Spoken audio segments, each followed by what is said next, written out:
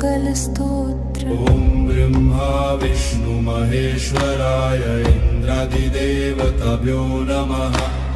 ॐ सर्वेभ्यः सर्वेभ्यो देवी देवताभ्यो नमः। ॐ सर्वेभ्यः सर्वेभ्यो देवी देवताभ्यो नमः। गणाधिपो भानुशशीधरा सुतो बुधो गुरुश्चैव शनिश्च नन्दनः। राहुश्च केतुश्च परे नवग्रहा कुर्वन्तु वा पूर्णमनोरथं सदा। उपेन्द्र इन्द्रो वरुणो हुताशनः। त्रिविक्रमो भानुसखशतभुजः। गन्धर्वयक्षो रगसिद्धचारणाः कुर्वन्तु वा पूर्णमनोरथं सदा।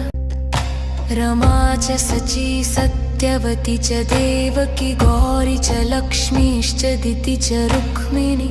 कृपा गजेन्द्र सचराचराधरा कुर्वन्तु वा पूर्णमनोरथं सदा। तुङ्गप्रभासो गुरुचक्रपुष्करगया विमुक्ता बदरी वटेश्वरः। केदारपम्पासरसंशुनैमिष कुर्वन्तु वा पूर्णमनोरथं सदा। षड्खक्षेत्रं द्वारवतीतपत्रचामरं मणिप्रदीपो वररत्नकाञ्चनं। सम्पूर्णकुम्भः सुहृतो हुताशनः कुर्वन्तु वा पूर्णमनोरथं सदा। गङ्गा च क्षिप्रा यमुना सरस्वती गोदावरी नेत्रवती च नर्मदा।